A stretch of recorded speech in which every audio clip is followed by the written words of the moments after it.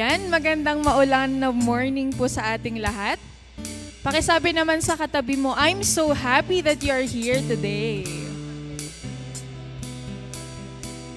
Ayan, sinong naniniwala na kahit ano pong nangyari the past week, today is a gift from God. Amen. Kaya today we have every reason to rejoice, not because life is always easy, but because God is always faithful. Amen po ba? Ayan. So let us pray. Our Father, salamat po sa araw na to na binigay niyo po sa amin. Thank you for the new day, for the opportunity to gather together in your presence, kahit na po maulan at ganito po ang weather. Lord, thank you for your love. Salamat po sa inyong protection, sa inyong faithfulness and grace that have carried us through another week. And as we come before you today, Lord God, prepare our hearts to worship. Remove every distraction, Lord God, and help us to fix our eyes only on you, Jesus. And may every song we bring glory to your name, and may you alone be lifted high in this place. In Jesus' name we pray. Amen and amen. Isa pong malakas na palakpak para sa ating Panginoon. It says in Psalm 118 verse 24, "This is the day that the Lord has made, and we will rejoice and be glad in it." Ulitin po natin. This is the day that the Lord has made, and we will rejoice and be glad in it. So today, let's choose joy, let's choose gratitude, and let's celebrate the goodness of the Lord together as we sing. This is the day that the Lord has made. We will rejoice and be glad in it. This is the day that the Lord has made. We'll rejoice and be glad. Ulitin po natin. This is the day that the Lord has made. We will rejoice and be glad in it. This is the day that the Lord has made. We'll rejoice and be glad in it. We'll rejoice and be glad in it. There's a light that shines with hope and grace fills the sky. With new mercy each day we're alive. Let your glory pour out, Jesus. There's a joy that overwhelms our souls as we know our God is in control. Overflow, let your favor pour out, Jesus. This is the day that the Lord has made. We will rejoice and be glad in it. This is the day that the Lord has made. We'll rejoice and be glad in it. We'll rejoice and be glad in it. Let us sing. There's a joy that overwhelms our souls, 'cause we know our God is in control. Overflow, let your favor pour out, Jesus. We'll shout Jesus, Jesus. This is the day that the Lord has made. We will rejoice and be glad in it. This is the day that the Lord has made. We'll rejoice and be glad in it. We'll rejoice and be glad in it. Leave behind what happened yesterday, 'cause today there's a new thing happening.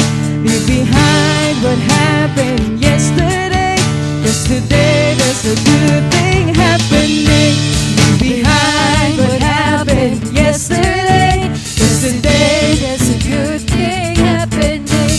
Leave behind what happened yesterday, 'cause today there's a new thing happening. Leave behind what happened yesterday, 'cause today there's a new thing happening. Leave behind what happened yesterday, 'cause today there's a new thing happening.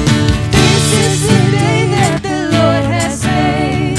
We will rejoice and be glad in it.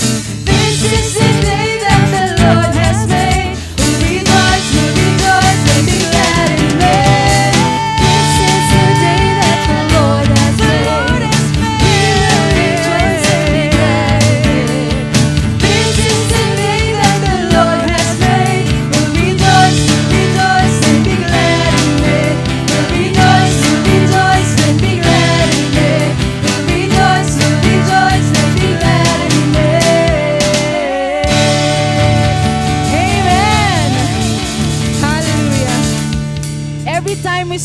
yes, Lord, we're choosing to trust Him. We're saying yes to His plans, yes to His will, and yes to His leading. So, yes, Lord, whatever you ask of me, my answer is yes. So let's put our hands together as we sing. I'm trading my sorrows, I'm trading my shame, I'm laying them down for the joy of the Lord. I'm trading my sickness, I'm trading my pain, I'm laying them down for the joy of the Lord. Yes, Lord, yes, Lord, yes, yes, Lord. Yes, Lord, yes, Lord, yes, yes, Lord. Yes, Lord, yes, Lord, yes, yes, Lord, amen. We sing, I'm trading my sorrows, I'm trading my sorrows, I'm trading my shame, I'm laying them down for the joy of the Lord. I'm trading my sickness, I'm trading my sickness, I'm trading my pain, I'm laying them down for the joy of the Lord. Yes, Lord, yes, Lord, yes, yes, Lord. Yes, Lord, yes, Lord, yes, yes, Lord. Yes, Lord, yes, Lord, yes, yes, Lord, amen.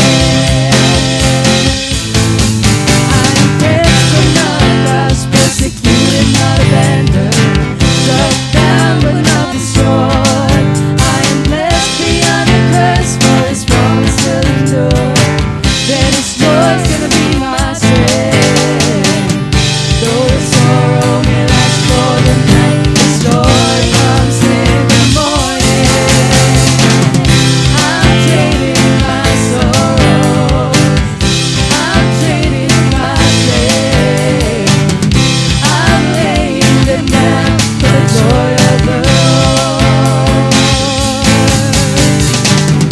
I'm trading my sickness, I'm trading my pain, I'm laying them down for the joy of the Lord. We say yes, Lord.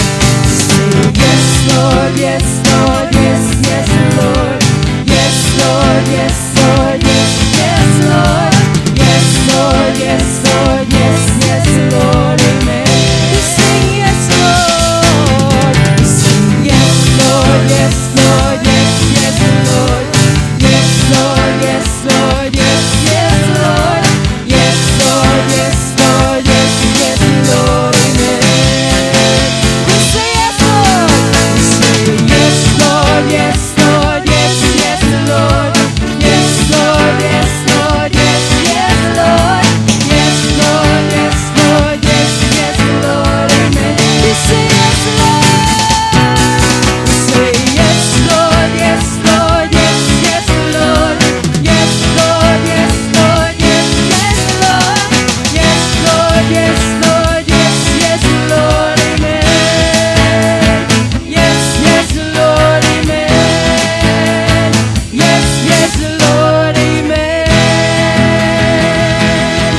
Hallelujah! Isa pong malakas na palakpak para sa ating Panginoon. Amen. Hallelujah. Salamat, Panginoon. Tunay nga po that surrender becomes possible when we know who we are standing on. Sabi sa Matthew 7 verse 24 to 25, everyone who hears these words of mine and puts them into practice is like a wise man who built his house on the rock. The rain came down, the streams rose, and the winds blew, yet it did not fall, because it had its foundation on the rock. Life will have storms, but our foundation remains the same. Jesus is faithful yesterday, today, and forever. He is our firm foundation. So with every breath we have, let us lift the name of Jesus.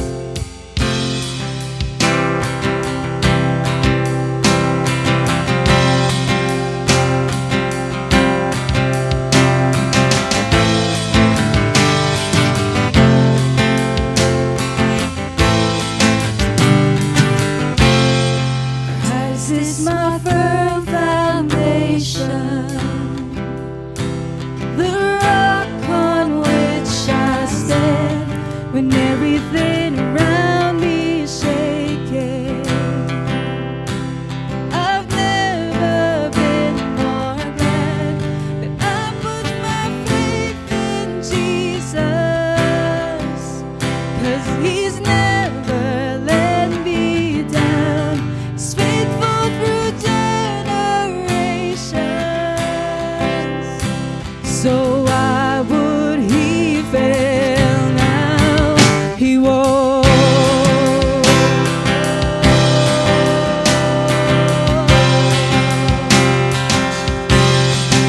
I still got joy in chaos. I've got peace that makes no sense. So I won't be going under. I'm not held by my own strength, 'cause I built my life on Jesus. 'Cause He's never let me down. He's faithful in every season. So why would He fail now? He won't. No,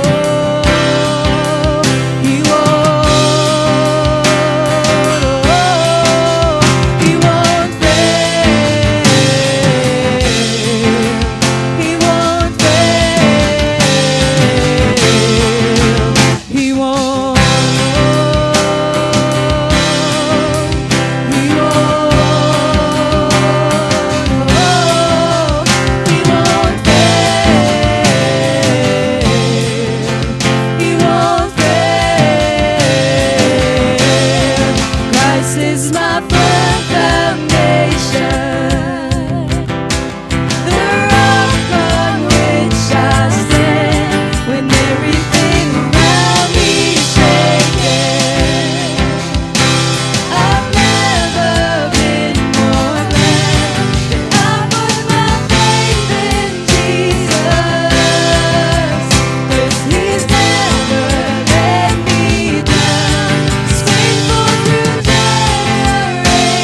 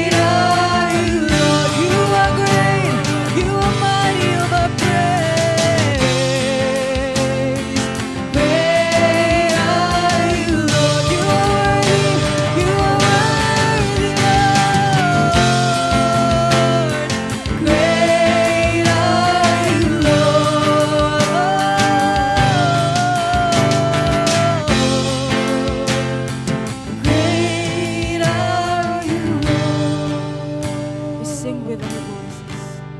It's your breath in our lungs, so we pour out our praise, pour out our praise. It's your breath in our lungs, so we pour out our praise to you. The last time we sing, it's your breath in our lungs, so we pour out our praise, we pour out our praise. It's your breath in our lungs, so we pour out our praise to you only. Great are you, Lord, you are great, our Lord, we sing. Great are you, Lord, you're most worthy of our praise, oh Father. Great are you, Lord. You are great, Lord Father. You are great, our Lord. Oh, hallelujah. Lord, we pour out our praise to you. Lord, salamat sa hininga na binigay mo, Lord God, sa bawat isa. Tunay nga po, gagamitin namin to para papurihan ang iyong pangalan, Panginoon. Lord, salamat. Salamat po sa araw na to. Thank you for this time of worship.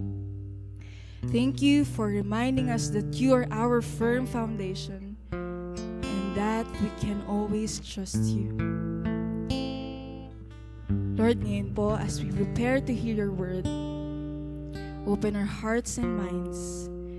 Tanggalin mo po lahat ng distraction and help us receive what you want to teach us today. May your words strengthen our faith, draw us closer to you, and transform the way we live. Tulungan mo po kami not only to hear your truth, but to walk it in every day. We give you all the glory, all the honor, all the power and praise. In Jesus' name we pray. Amen and amen. Isa pong malakas na palakpak para sa ating Panginoon. Mas malakas pa po dyan. Amen. So bago po tayo umupo, habang kinakanta po namin tong kantang to, inaanyayahan po namin lahat na umikot at batihin ang bawat isa na I'm so glad you are here.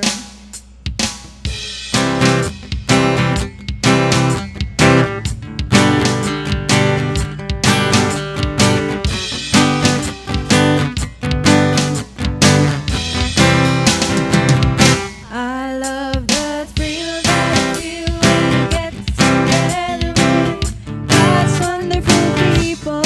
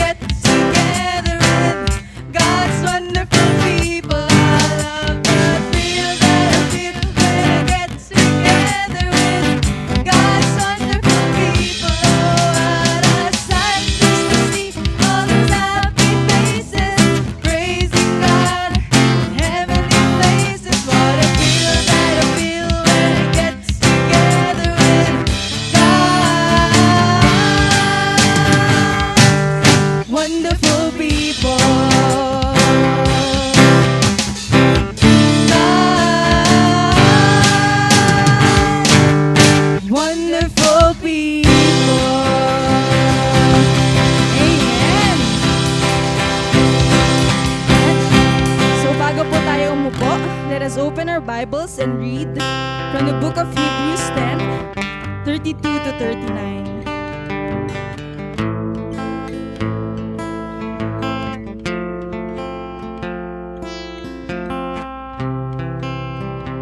Ulitin ko po, Hebrews 10:32 to 39. Let us all read.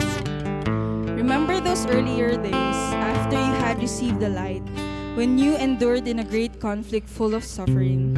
Sometimes you were publicly exposed to insult and persecution. At other times you stood side by side with those who were so treated. You suffered along with those in prison and joyfully accepted the confiscation of your property, because you knew that you yourself had better and lasting possessions. So do not throw away your confidence. It will be richly rewarded. You need to persevere so that when you have done the will of God, you will receive what He has promised. For in just a little while, He who is coming will come and will not delay. And but my righteous one will live by faith, and I take no pleasure in the one who shrinks back. But we do not belong to those who shrink back and are destroyed, but to those who have faith and are saved. Blessed be the reading of God's word. Let us all be seated. Maulang gabi na. Maulang umaga sa ating lahat. Sabihin mo sa katabi mo, I'm happy that you are here today. So one question to start. In life, di ba? When life gets hard, what do you keep looking at? What do you keep looking at? Kapag matagal ka nang nananalangin, tapos parang walang nangyayari, what are you looking at? Kapag pagod ka na sa trabaho, sa ministry, or even sa mga responsibilities na ginagawa mo sa buhay, what are you keep looking at? Kapag ginawa mo naman yung tama, pero minsan nahihirapan ka, what are you keep looking at? Because whether we realize it or not, what we keep looking at eventually shapes how we keep living in our lives. Kung ang lagi nating tinitignan yung pain, unti-unting lumalaki yung discouragement sa buhay natin. Kung yung lagi nating nakikita yung problema, lalong lumalaki yung fear sa ating buhay. At kung lagi nating iniisip ay mga nawawala sa atin, unti-unti ring nawawala yung hope sa buhay natin. Last week, we've tackled more on the new series, the whole month of August, called Locked In, which means focusing on God as we continue to stand firm in every season of our lives. When we look back last week, Daniel 3, I've talked about na makita natin na pag dumating yung pressure sa buhay natin, we need to draw that line. We need to have that may mga bagay na kailangan tayong linyan sa buhay natin. Then natutunan natin na bago dumating yung mga pressure sa buhay natin, we need to decide before the pressure comes in life. At pag nandyan na yung pressure, we need also to lean on the character of our God, which is unchanging. Pero ngayong linggo, one thing that I would like to share to you is the thing called suffering. Madalas we're all familiar with the word suffering. And here, pag titignan natin, yung pag-uusapan natin is suffering. Suffering is something that slows us and even tempts us to quit in life. Madalas when we suffer on things sa ating buhay, we tend to quit. Yun yung parang default system ng ating katawan or even our life itself. Minsan nga, sasabihin lang natin, Lord, susunod ako. But at some point, when challenges or even suffering comes sa ating buhay, we tend to quit in life. That's why our passage for today is called Keep Looking. Sabihin mo sa katabi mo, keep looking. Ano ba yung ibig sabihin ng keep looking, di ba? Keep looking. Hindi ibig sabihin nito yung magpanggap ka na okay na lahat kahit hindi naman okay. It doesn't mean na denying your pain or pretending that suffering is not real.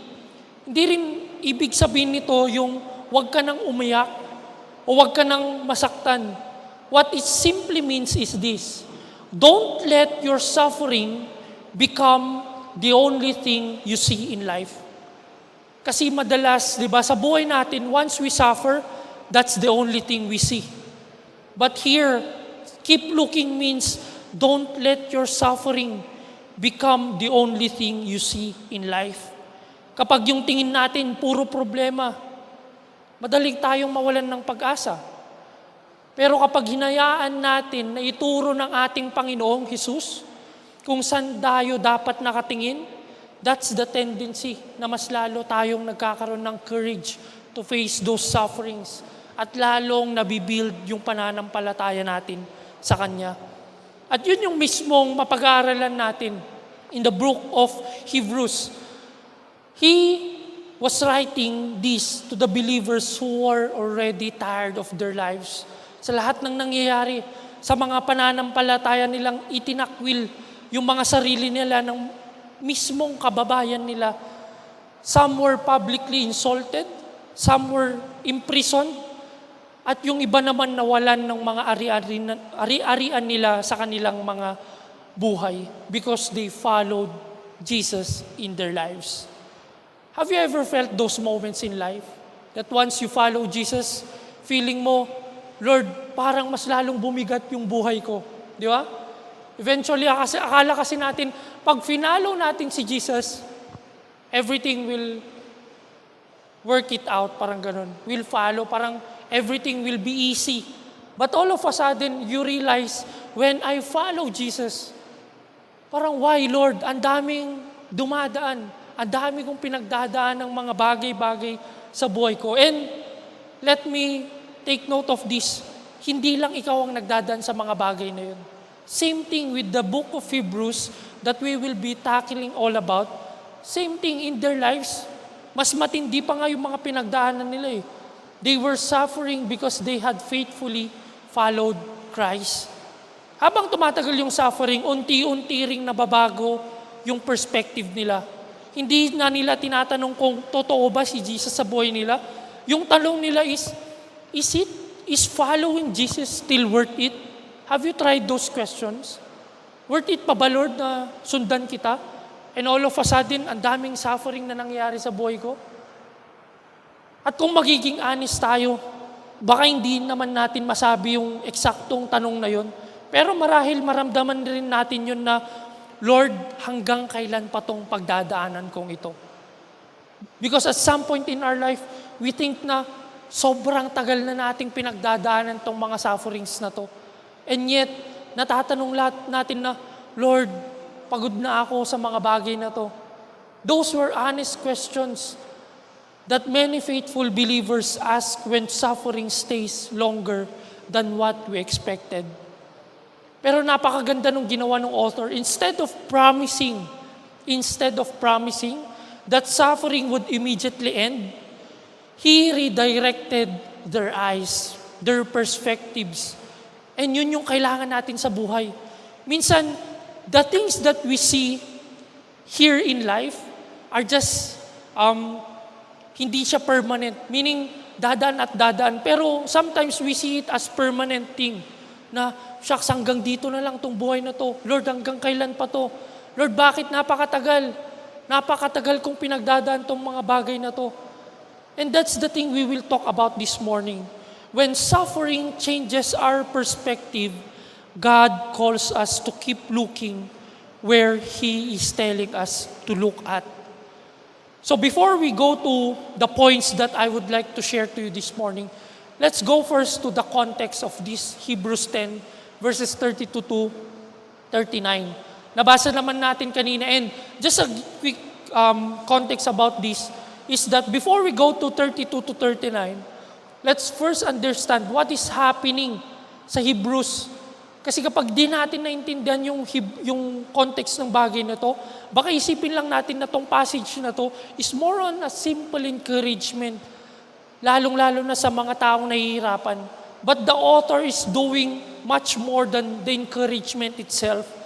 He is reminding them why Jesus is still worth following even when life becomes difficult.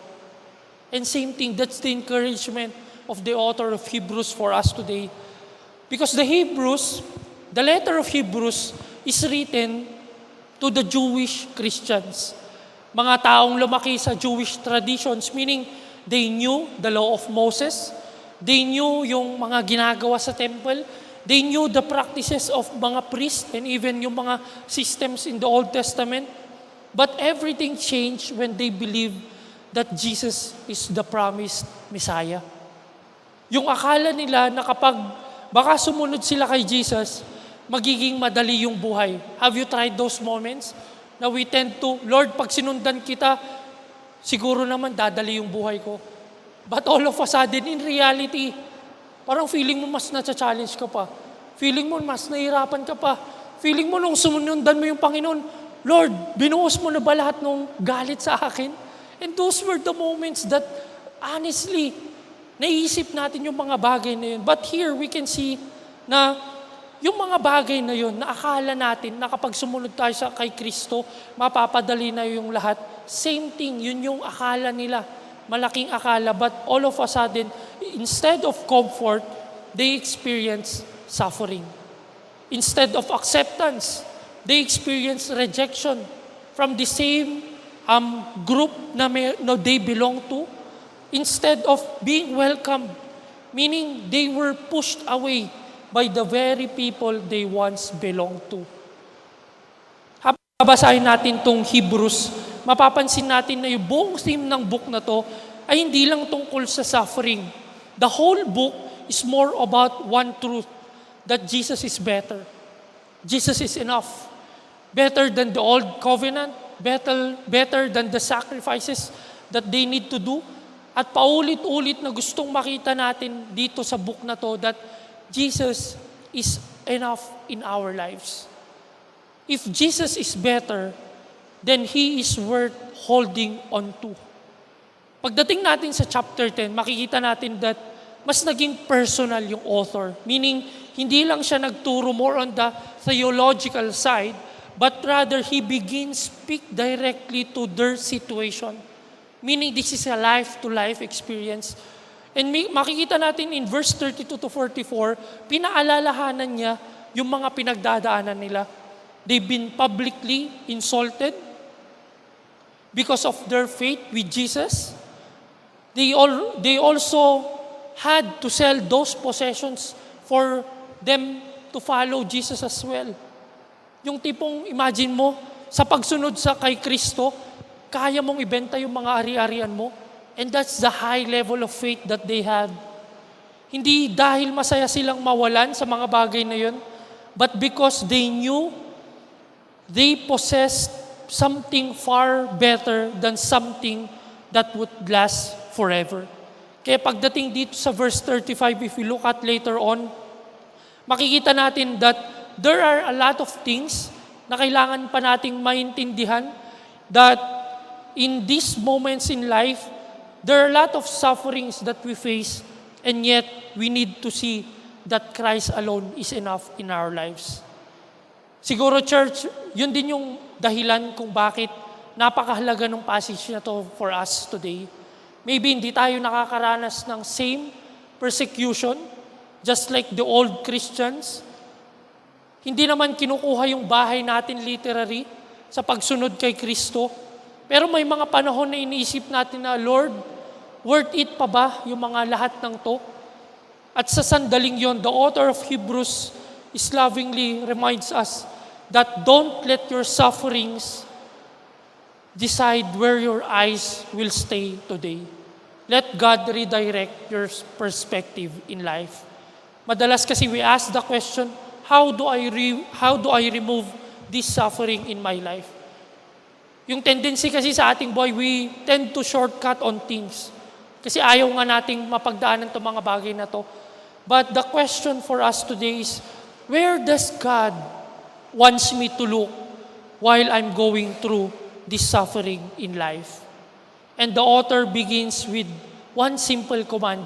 Sabi niya doon, remember. Church, if we're going to look, or if we're going to keep looking, the author first tells us to look back. And the first point that I would like to share for you this morning is that look back. Sabihin mo sa katabi mo, look back. Madalas kasi when we say look back, madalas kasi yung iniisip natin, yung masasamang pinagdaanan natin, yung mga mahal natin sa buhay na hindi na natin mahal, siguro yung mga ex natin, nakasamang, once we look back, ang sakit ng mga moments na yon. Look back doesn't mean living in the past. It means remembering what God has already done when the present makes you doubt of Him. Meaning kapag nahirapan tayo ngayon, yung tendency is nakakalimutan natin kung ano na yung ginawa ng Panginoon sa buhay natin before. We remember the pain, but we forget God provided for you in your life.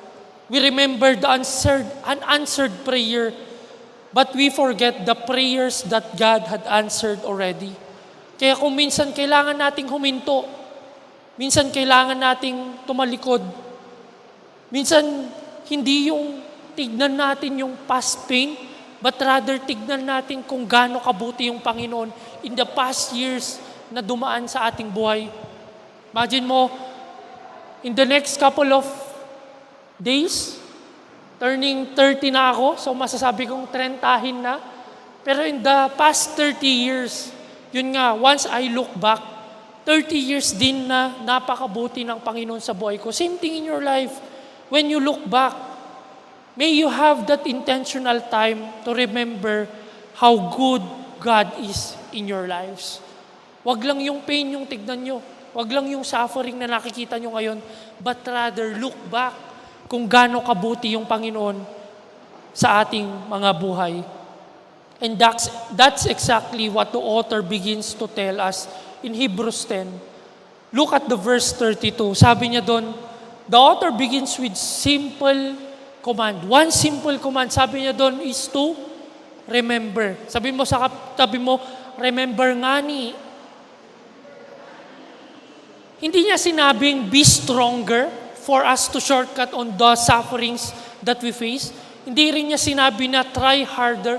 Yung una niyang sinabi is, remember the former days. Bakit? Bakit niya sinabi ito? Bakit? Di ba? Because suffering has a way of making us forget on God mismo, kung ano yung ginawa niya in the past. Kapag tumatagal na yung dumadaan sa harap natin, madalas nakakalimutan natin yung panahong tapat yung Diyos sa atin. Right? Kasi mas nakikita natin yung suffering rather than sa ginawa ng Panginoon na, Lord, just like me, 30 years ka na palang tapat sa buhay ko. 20 years ka na palang tapat sa buhay ko. 40 years ka na palang tapat sa buhay ko. And the tendency of the suffering makes us be stunned on the exact suffering that we face each day sa ating buhay. Madali nating makalimutan yung mga panalangin na sinagot niya before. Yung mga pagkakataong iningatan niya tayo. Yung mga pagkakataong sinagot niya yung mga panalangin natin. Yung mga provision na kinakailangan natin in those moments in life. Kaya bago nating sabihin sa kanila na magpatuloy, ipinapaalala niya sa atin na kung paano sila dinala ng Diyos hanggang ngayon sa kanilang buhay. Same thing in our lives. Once you look back sa iyong mga buhay, imagine mo kung ilang taon ka na sa buhay. 30 years? 40 years?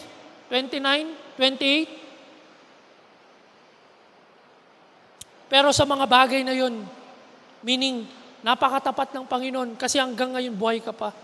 Hanggang ngayon may nakakain ka pa. Hanggang ngayon patuloy mong nararamdaman yung protection ng Panginoon sa buhay mo. And same thing, yung mga provision na hindi mo inaakalang dumarating is dumadating. Ganun kabuti yung Panginoon sa atin. Kaya nga sinabi niya, di ba, remember those earlier days after you have received the light when you endured a great conflict of suffering. The phrase "receive the light" refers to the time they came to know Christ in their lives. Ibig sabihin, hindi ito yung nangyayari na bago sila sumunod kay Kristo, meaning they've known already Christ here in this setting. Kasi kapag katapos nilang nakilala yung Panginoon sa buhay nila, doon nila na-realize na, shucks, ang dami naming pinagdaanan. Bakit ang dami kong pinagdadaanan ng mga bagay na to? Kaya mahalaga nating makita yung kanilang paghihirap ay hindi dahil kulang yung Diyos sa kanilang buhay, pero sa halip, they were suffering precisely because they now belong to Christ. At ito isa sa mga katotohanan na gusto kong iparating sa bawat isa. That sa ating mga buhay, once we receive Christ, Jesus does not exempt us from suffering. Meaning even Jesus, di ba? Even Jesus. Siya mismo nag-suffer sa kanyang buhay. How much more tayo pa kayang mga tao? Tayo pa kayang sumusunod sa Kanya? And we're not exempted in those sufferings. In fact, it can sometimes invite suffering sa buhay natin. Kaya kapag tayo mismo dumadaan sa buhay, sa sitwasyon, minsan madalas iniisip natin na, Lord, nasan ka sa mga bagay na to? Lord, nasan ka sa mga sitwasyong ito? Pero kapag pinapaalala sa atin ng passage na to ay hindi palaging ibig sabihin na wala ang Diyos sa tabi mo. But rather, isa itong bahagi ng journey natin na maging faithful sa Diyos despite na tayo mismo nagdadaan ng suffering sa ating mga buhay. Sa verses 33 at 34, binigyan tayo ng author ng larawan kung paano pinagdaanin yung mga bagay na to. Sabi niya doon, sometimes you were publicly exposed to insult and persecution. At sometimes you stood side by side you were so treated. Hindi lahat nung sa kanila ay pinakulong, pero lahat sila ay naapektuhan. Hindi lahat sa kanila ay ipinakulong, pero nakita natin na patuloy nila ding pinagdaanan itong mga bagay na to. Some suffered directly, others suffered because they chose to stand with their fellow believers. Others suffered because they chose to stand with fellow believers. Ayaw nilang iwanan yung kapatid nila kay Kristo. Dahil alam nilang maariling silang madamay sa mga bagay na to. They tells us that something beautiful is about in the early churches. Hindi sila naging faithful bilang individuals, but rather they endured together as a family of faith. Same thing sana sa ating mga believers in the New Testament churches. Na sa mga bagay-bagay, pag may nagdadaan sa buhay, tayo din sana magtulungan. And yun yung tinuturo sa atin ng mga believers in the early churches.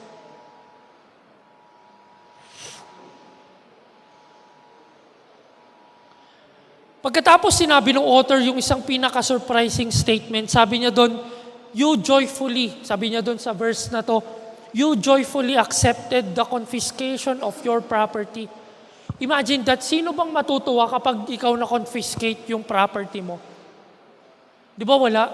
Imagine mo yung bahay mo ngayon na tinitirhan mo, kinonfiscate ng isang government, for example. Tapos sila, yung reaction nila, masaya sila. Imagine, masaya ba na makunan ng kagamitan? But here, they joyfully accepted. Why? Because hindi dahil natuwa sila dahil nawala yung bahay nila o meaning kabuhayan nila. Hindi rin dahil masarap mawalan. They had joy because they knew something greater in their life. Basahin natin yung kasunod na phrase nun.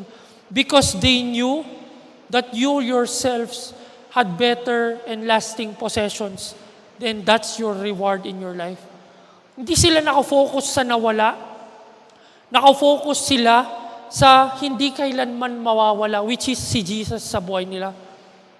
Their joy was not rooted in their circumstances, but their joy was rooted in the certainty of what they already had in Christ.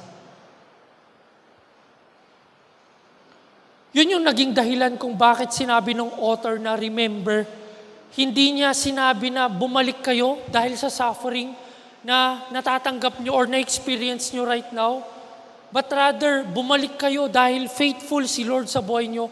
Sa gitna ng lahat ng suffering, faithful ang Panginoon. Remember how God sustained you. Remember how God strengthened you when you thought na nanghihina ka na and hindi mo nakakayanin yung buhay mo. Remember your strength na dinala niya hanggang ngayon sa buhay natin. Remember how He remained faithful even when life is difficult sa ating buhay. Kaya kung magiging honest tayo, lahat tayo may mga tendency na magkaroon ng spiritual amnesia. What do I mean?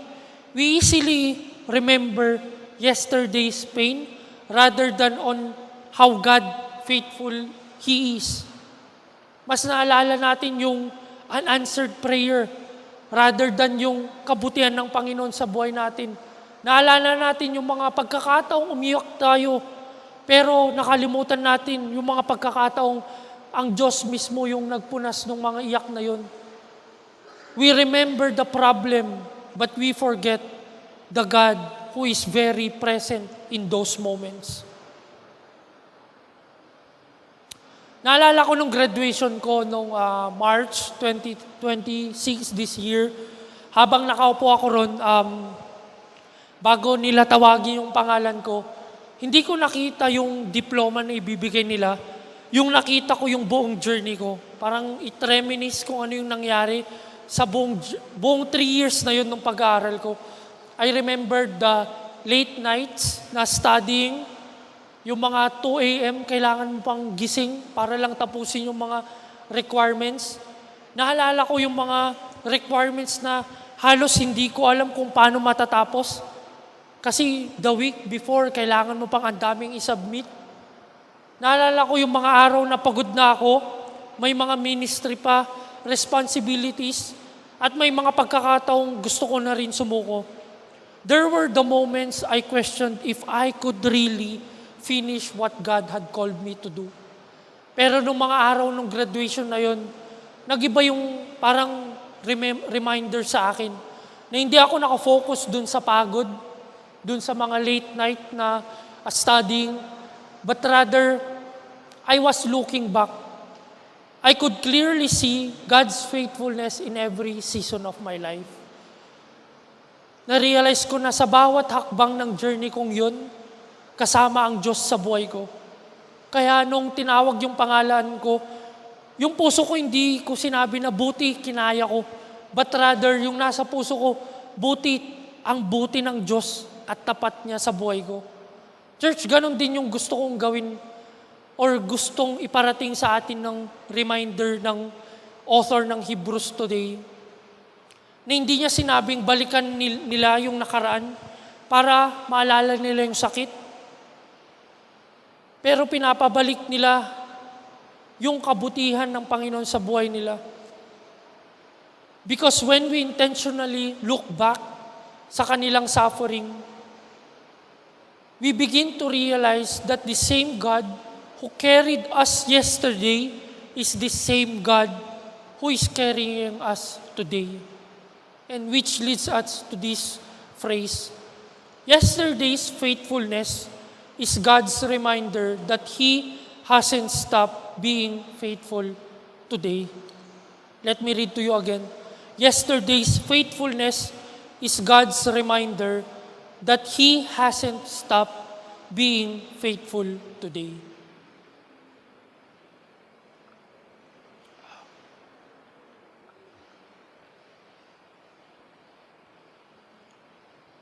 Kasi sa ating buhay, di ba? Kapag puro suffering yung tinitignan natin, madali tayong mawalan ng pag-asa. Pero kapag binabalikan natin yung faithfulness ng Diyos sa buhay nyo, patuloy din tayong nagkakaroon ng lakas or even yung faith natin, mas lumalakas sa buhay. Remembering doesn't remove the suffering in the past, but it changes our perspective in the middle of suffering that we are facing now. Kaya church, gusto kong itanong sa inyo yung parehong tanong na gustong iparating nung author ng Hebrews. Has God ever been faithful to you? Have you ever experienced the faithfulness of God in your life? Kung oo yung sagot mo, then don't let that suffering, the suffering now that you are experiencing, erase the faithfulness that God had done in your life. Balikan mo yung mga panahon na iningatan ka ng Diyos. Balikan mo yung mga panahong hindi ka niya iniwan. Balikan mo yung mga season na akala mong hindi na matatapos tong mga bagay na ito. Pero dinala ka pa rin niya ngayon. Because if we are going to keep looking, the author first tells us to look back. Remember the past, remember His faithfulness, and let's remember yesterday's grace gives you the strength for today's suffering. Second thing that I would like to share for you today is look around. Sa katabi mo, pakisabi, look around.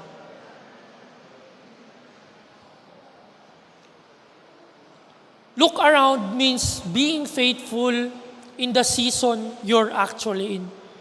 Minsan kasi gusto nating tumingin agad sa future. Lord, kailan matatapos tong bagay na to? Pero habang naghihintay tayo sa future, nakakalimutan natin na may mga responsibilities din tayo today. Hindi mo kailangang malaman kung ano yung mangyayari bukas, mga months na susunod, mga years na susunod. Ang tanong is, paano tayo maging faithful ngayon? Maybe your assignment right now is simply to pray again, to obey again, to serve again, to even forgive others, and even trust God again. What does faithfulness look like for you today? That's the honest question that I would like to ask you. What does faithfulness looks like for you today? After telling these believers to look back, remember God's faithfulness, the author is telling us now to look at what is present. Kasi hindi sapat na maalala lang natin kung ano yung ginawa ng Diyos noon. The real question is that, what do I do today? Ano yung mga kailangan kong gawin ngayon? And alam natin na yun din yung patuloy na sinishare ng author sa atin ngayon. Baka yung tanong mo ngayon is, can I keep going today with the suffering that I am experiencing now? At yun mismo yung gustong sagutin ng verses 35 to 36. And notice what the author tells us about the suffering in the believers before. Basahin natin yung verse 35. Sabi niya doon, so do not throw away your confidence. It will richly rewarded. Pansinin niyo yung salitang so and even therefore sa ibang translation. Hindi ito bagong thought sa kanila. It's connected to everything He just said. Dahil naging tapat ang Diyos noon, therefore, wag mong bitawan yung confidence mo ngayon. Yung past faithfulness ng Diyos ang nagbibigay sa atin ng dahilan para manatili tayong faithful servant sa Kanya. Pero pansinin niyo din yung sinabi niya, do not throw away your confidence. Napakalakas ng picture na yun na ginamit ng author. Hindi niya sinabi na, do not lose your confidence.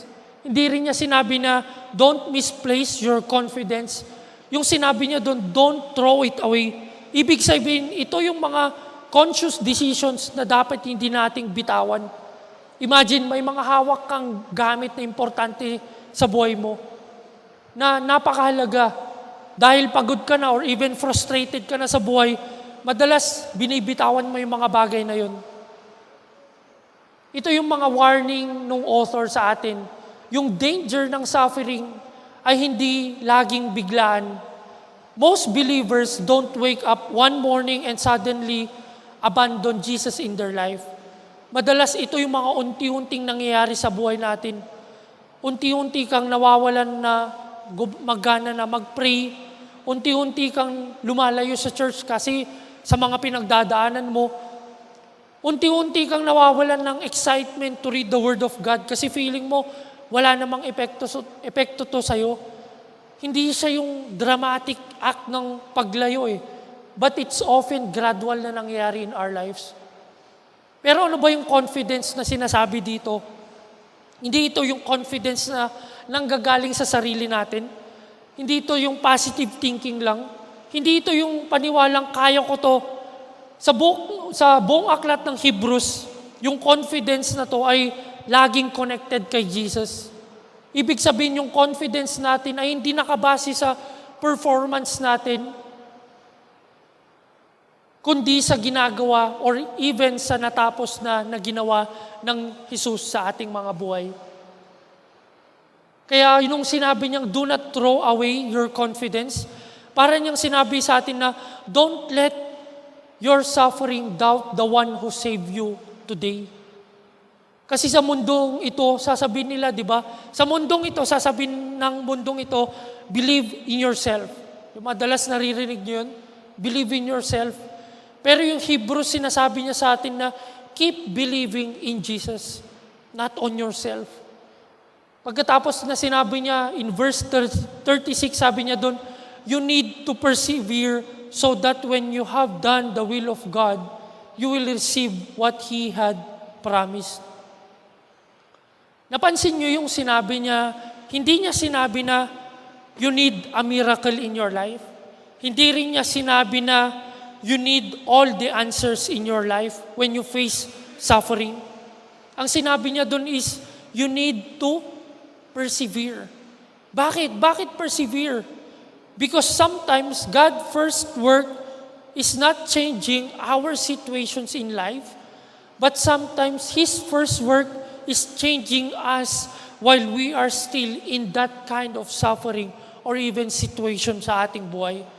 Minsan yung pinakamalaking hiwalay, hindi yung agad na inaalis ng Diyos yung suffering or even yung nangyayari sa buhay natin. Yung mas malaking himala niya ay yung patuloy niya, binibiyayaan niya tayo na mag-persevere sa mga bagay na to sa ating buhay.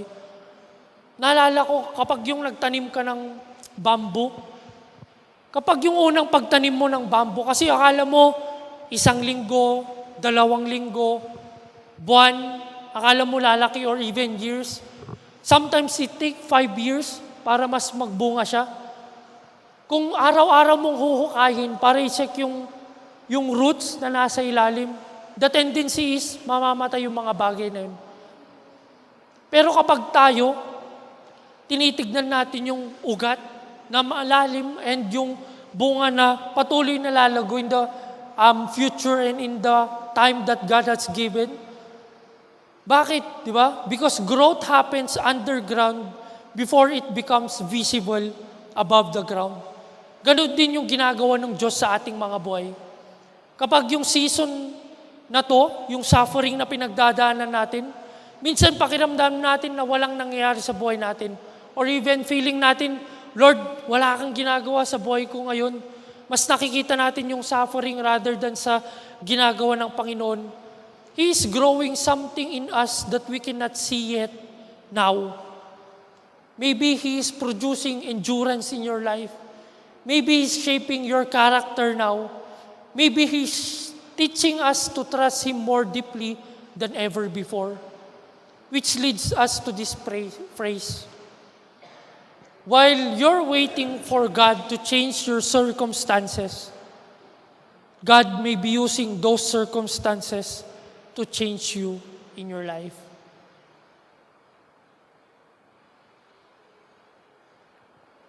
Church, we live in a world na gusto natin kasi instant results. Gusto natin ng instant results. Instant coffee, instant delivery, instant replies. Sa Japan nga, di ba, instant jowa. Pwede ka nang mag-rent ng girlfriend or boyfriend sa Japan. Instant jowa, imagine that. Yun yung patuloy na binibigay ng mundo, panay instant. Gusto rin natin ng mga instant answered prayers sa buhay natin. Pero kadalasan, hindi ganun yung paraan ng Diyos sa buhay natin. God is far more interested in forming your character than simply fixing your circumstance right now. Hindi ibig sabihin na wala siyang pakialam sa suffering na pinagdadaanan mo ngayon. It simply means He is doing something deeper in us than what your eyes can currently see right now. Kaya kung pagod ka na ngayong umaga, sino yung pagod ngayon? Pagod ka na, pwedeng bukas maging malakas naman. Ngayon, kung pagod ka na, huwag mong hayaan yung pagod mo yung magdesisyon sa'yo ngayong araw na to. Kung discouraged ka ngayon, huwag mong hayaan yung emotions mo ang masunod sa araw na to.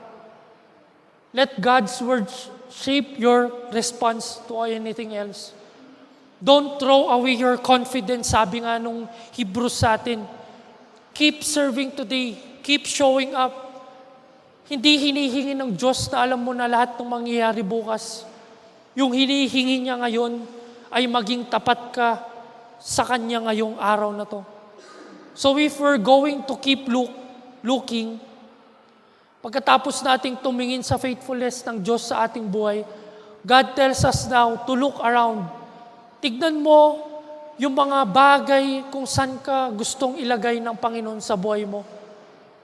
Because faithfulness is not proven by how well you started now, but faithfulness is proven by continuing to walk with Jesus today, despite that even today, you're currently suffering or even facing the reality in life. Which leads us to our final point this day. Look ahead. Sabihin mo sa katabi mo, look ahead.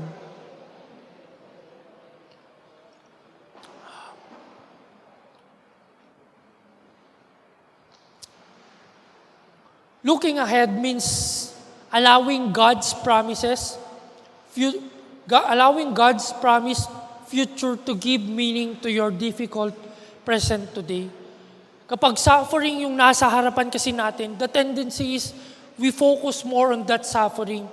Pero yun yung patuloy na nire-remind tayo na hindi yun yung buong story, na kapag ikaw nag-suffer, hanggang dun na lang yung buhay mo.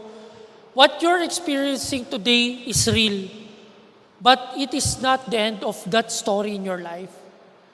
May promise ang Diyos that goes beyond what we currently see right now. Hindi tayo nabubuhay based on what is happening now. We live by faith because we know that God has already promised something greater ahead of us. Church, after telling the story na sinulat nung author in Hebrews, to look back and remember God's faithfulness at pagkatapos silang hikayatin na manatiling faithful sa present, the author now lifts their eyes towards the future. Kasi kung puro kahapon lang yung titignan natin, makakalimutan natin kung nasan na tayo ngayon. At kung puro ngayon lang yung titignan natin, madalas kasi ma-overwhelm tayo sa mga problema or even suffering na naisip natin. Kaya the author gently redirects their eyes one more time, and that's exactly what the author wants us to see now. Look at the verse 37. Sabi doon, basahin natin verse 37 to 38. For in just a little while, He who is coming will come and will not delay, and my righteous one will live by faith. Pansin nyo yung saan niya yung itunutok yung mga mata nila. Hindi niya sinabi na matatapos agad yung suffering na pinagdadaanan nila. Hindi rin niya pinangako na magiging madali yung buhay. Instead, He pointed them to a person, which is Jesus. He pointed it towards a person, which is Jesus.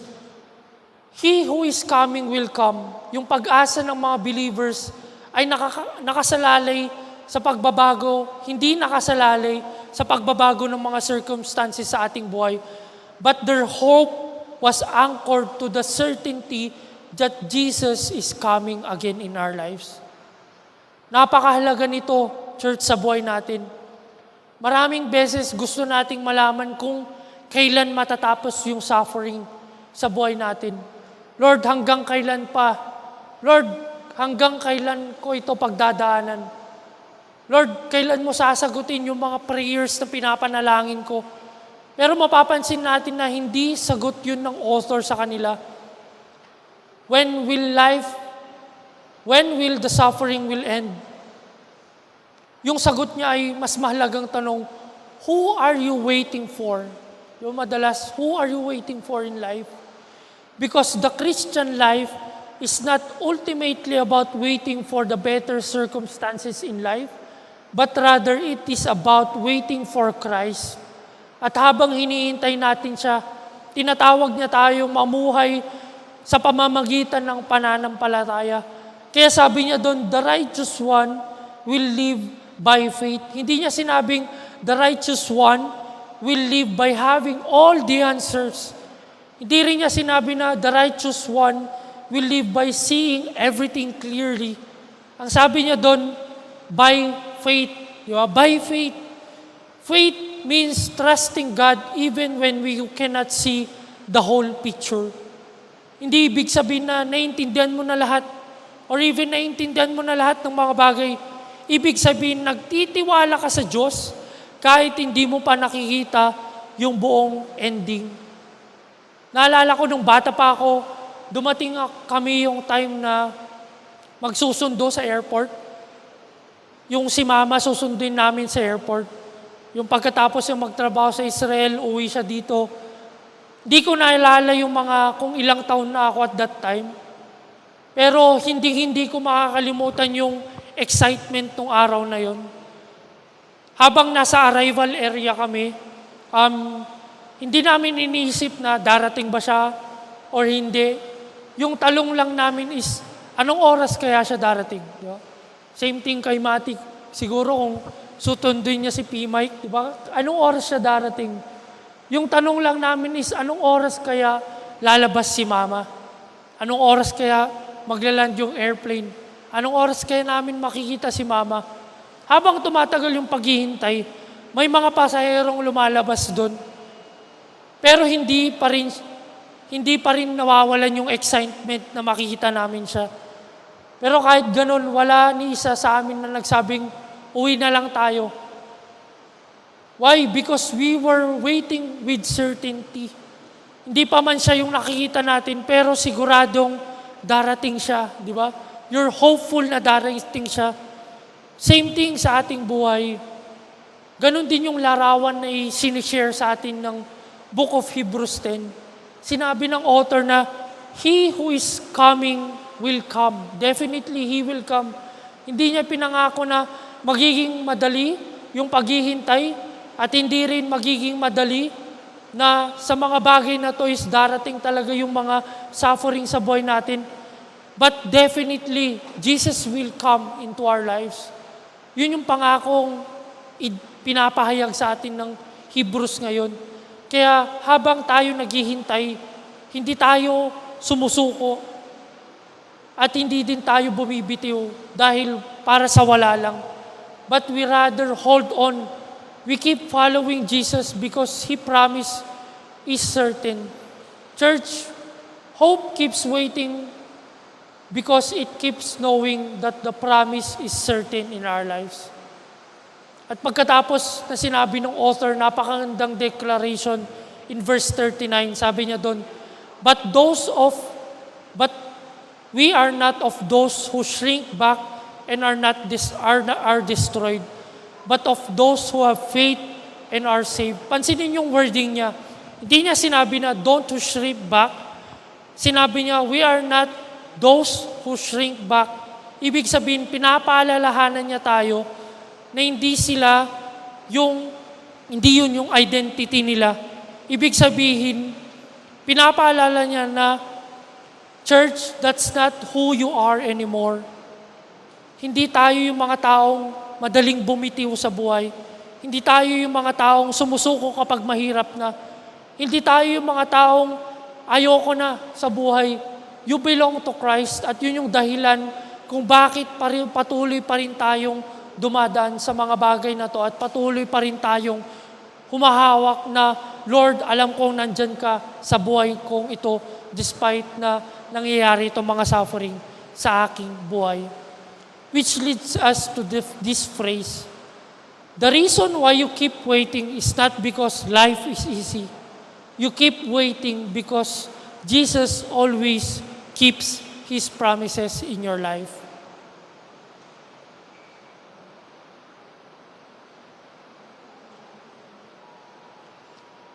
Church, napakagandang paalala nito sa ating lahat. Yung future natin ay hindi uncertain dahil hawak ito ni Kristo. Maaaring hindi mo maintindihan kung anong possibility na mangyayari bukas. maaaring hindi pa rin natin alam kung kailan sasagutin ng Panginoon yung mga panalangin natin. Pero isang bagay yung sigurado sa ating buhay, that Jesus is coming. Ang pangako niya ay hindi nagbabago. Ang kaharian niya ay walang hanggan. At ang lahat ng nagtitiwala sa Kanya ay hindi mapapahiya because it is certain that Jesus will go back here on earth. Kaya kung gusto nating mag-stand firm, despite on the suffering that we are facing, huwag tayong tumingin sa likod at huwag lang tayong tumingin sa nasa paligid natin. Look ahead. Huwag mong hayaan yung present suffering mo ang magdikta ng future hope na meron tayo. Let God's promises shape the way you see tomorrow because the best is not behind us. The best is still ahead of us in Christ Himself. So church, keep looking back and remember His faithfulness in your life. Look around and remain faithful today and look ahead and rest in the uncertainty that Jesus is coming and His promises will never fail in our lives.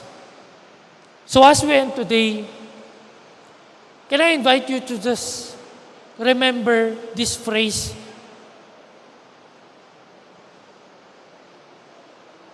Sa buhay kasi natin, Christian life, hindi prinamis ng Panginoon na magiging madali ang buhay. Hindi rin niya prinamis na lahat ng answers ibibigay niya instantly. Kapag dumarating yung season na parang gusto mo nang sumuko, keep looking to God. Huwag mong hayaan yung mga suffering ang magdidikta ng perspective mo. Hayaan mo yung salita ng Diyos ang magturo sa atin kung saan dapat tayo nakatingin. Which leads us to Hebrews 12, verse 2. Sabi niya doon, fixing our eyes on Jesus, the pioneer and perfecter of our faith. Napakagandang connection nito sa message natin ngayon. Pinapaalala niya sa atin na sa susunod na chapter that we need to fix our eyes on Jesus. Siya yung dahilan kung bakit tayo nagkakaroon ng patuloy na pananampalataya na tunay ngang tapat ang Diyos sa ating buhay. Siya ang nagbibigay sa atin ng lakas para manatiling tapat sa kasulukuyan at siya rin ang ating katiyakan na patuloy na babalik ang ating Diyos sa ating buhay.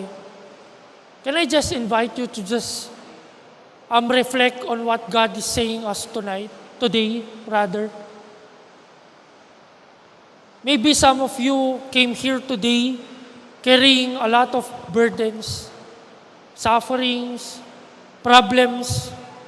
At some point siguro pagod ka na sa buhay, disappointed ka, baka matagal ka nang naghihintay rin ng panalangin na hinihintay mo yung sagutin ng Panginoon sa buhay mo. At kung magiging honest ka ngayon, siguro may mga times na, Lord, pagod na ako. Gusto ko nang bumitaw. Lord, gusto ko nang matapos itong mga bagay na to, itong mga pinagdadaanan ko. If that's you, hear this gentle invitation of God's Word today.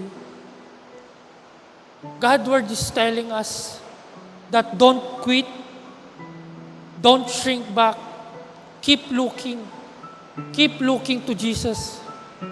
Because the God who was faithful yesterday is still faithful today, and He will remain faithful until the day He will finally go back here on earth and we can see Him face to face in our lives.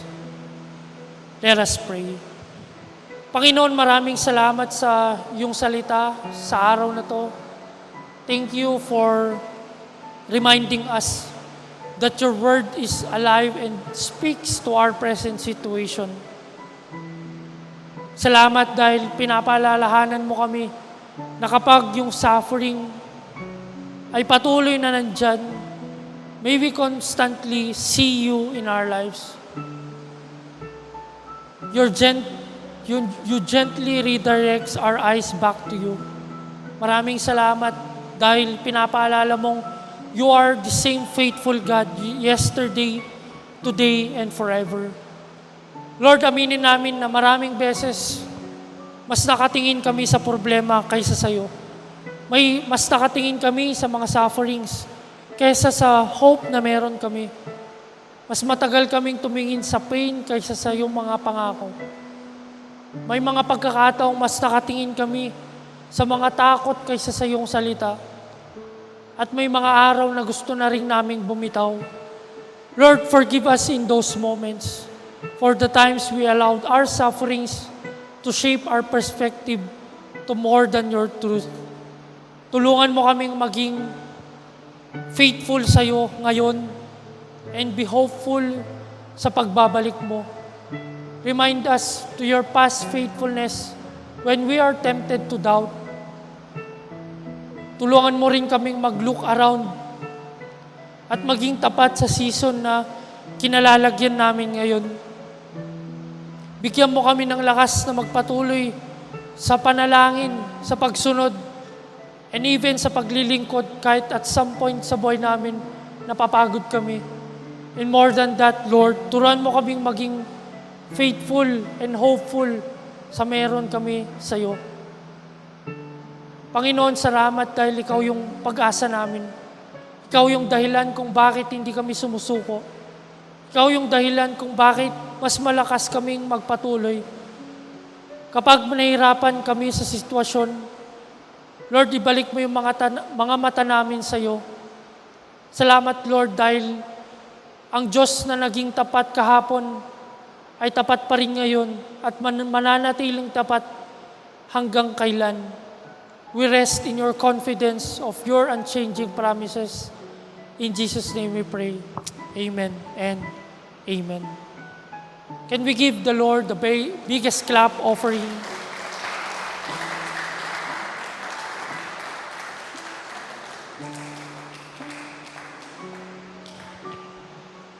As we prepare for our communion today, we gather as church family to look back and remember what Christ had done for us on the cross.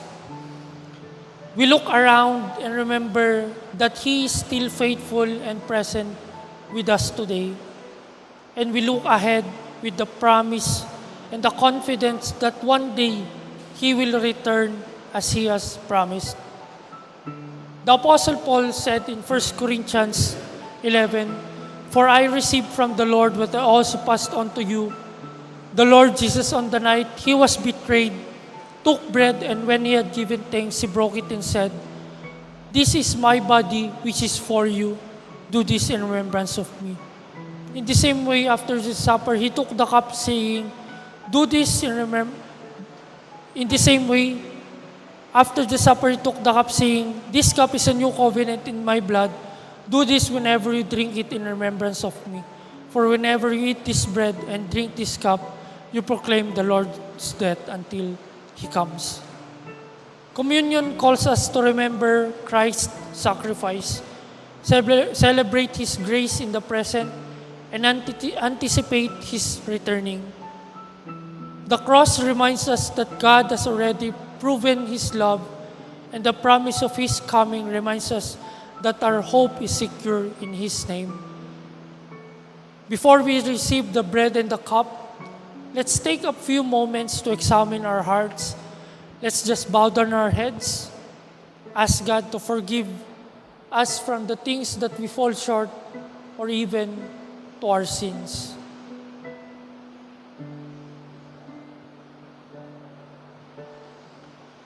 Lord, we come before you today with humble and grateful hearts. Thank you for the gift of your Son, Jesus Christ, who gave His body and His blood for the forgiveness of our sins. We come here today, Lord, asking for your forgiveness. As we prepare to receive the bread and the cup, we ask that you search our hearts, cleanse us from every sin, forgive us from the times we have allowed suffering, fear, and even destruction take our eyes away from you. Lord, we surrender to you every burden, every sin. Restore us a clean heart and renew our right spirit within us. Help us to come at your table not with pride, but in repentance and faith, fully trusting in the finished work of Christ on the cross. As we partake of the communion today, Lord, fix our eyes once again to you. Remind us of your love, and thank you because of Jesus, we are forgiven, sustained, and even promise an eternal life to us. We give you all the glory, honor, and praise. In Jesus' name we pray. Amen and amen. So the ushers of the church will be standing in front. If you wish to partake the said communion elements, form one line in the middle, and you may now begin.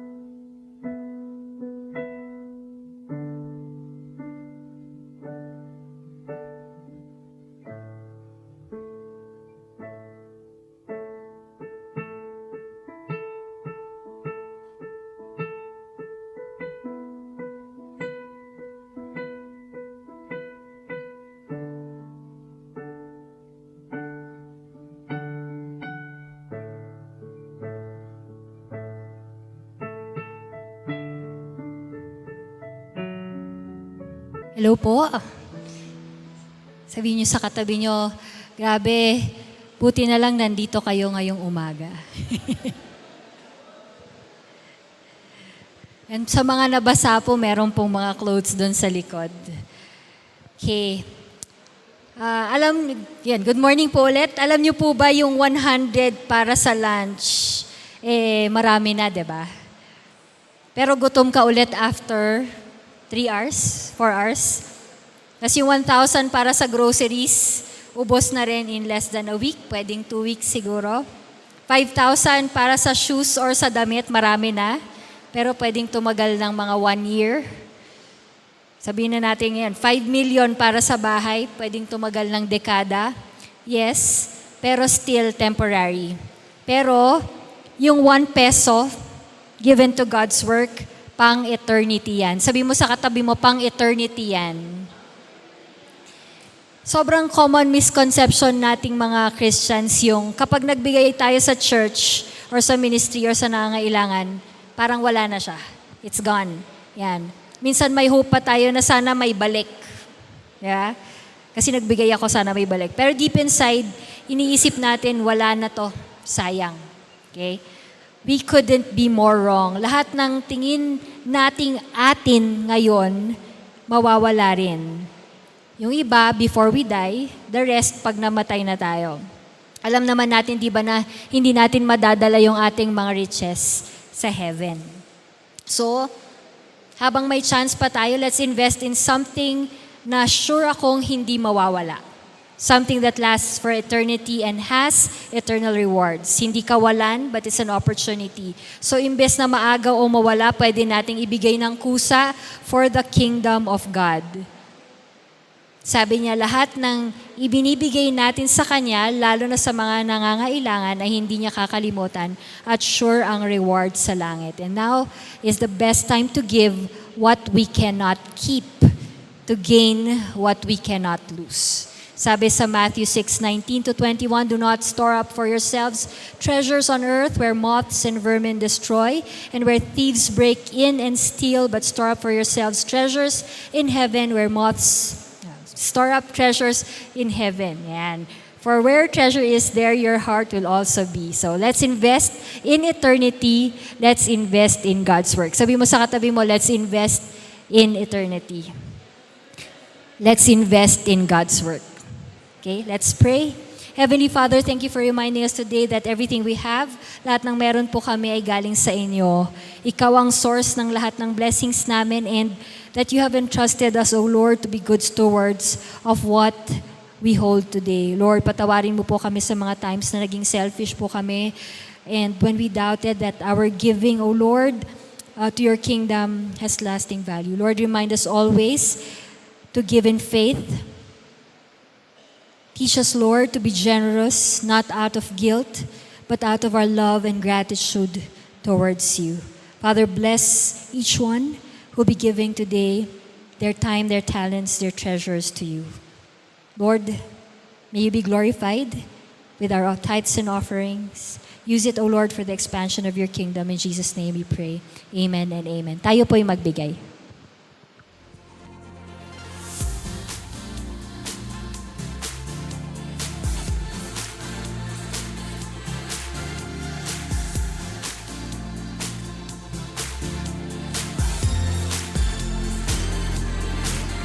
There's a light that shines with hope and grace, fills the sky with new mercy each day. We're alive. Okay, let's all stand as we pray for one another.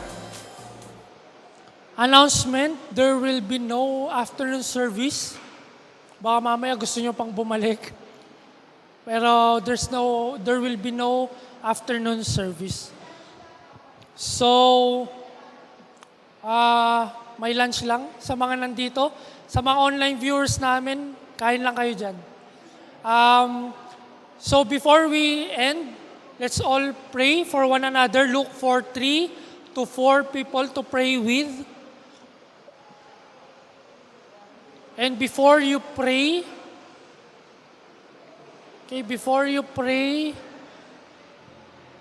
declare 1 Peter 2:9 sa bawat isa. But you are a chosen people, a royal priesthood, a holy nation, God's special possession, that you may declare the praises of Him who called you out of darkness into His wonderful light. Let's pray for one another. Amen and amen. So before we end this service, so let's raise our hands to the heavens as we end this service with a word of prayer. Father, we thank you for this time. Thank you for keeping us safe. Truly that you are our refuge, our strength, Panginoon, sa araw-araw. Thank you for being our protector. Thank you for your constant provision, guidance, despite the bad weather, Panginoon. Patuloy naming itinataas sa inyo, Panginoon, yung mga ka-churchmate namin, Panginoon, na wala rito. May you continue to comfort them, be with them, and protect them sa lahat ng bagay, Panginoon. May your comfort, your presence, Panginoon, yung patuloy mong pagmamahal, Panginoon, ipadama mo sa bawat isa. So thank you, Panginoon, sa reminder mo din sa iyong salita. May we continue to look for you alone sa lahat ng bagay despite that we suffer sa aming buhay. May we continue to look back on your faithfulness, to look around, Panginoon, sa patuloy naming pwedeng gawin at maging faithful sa iyo, and to look ahead, Panginoon, for your promises are really true and amen sa aming mga buhay, Panginoon. Thank you for everything, Father. Keep us safe as we go home later. Be with us. Thank you for everything. In Jesus' name we pray. Amen and amen. God bless everyone. See you next Sunday.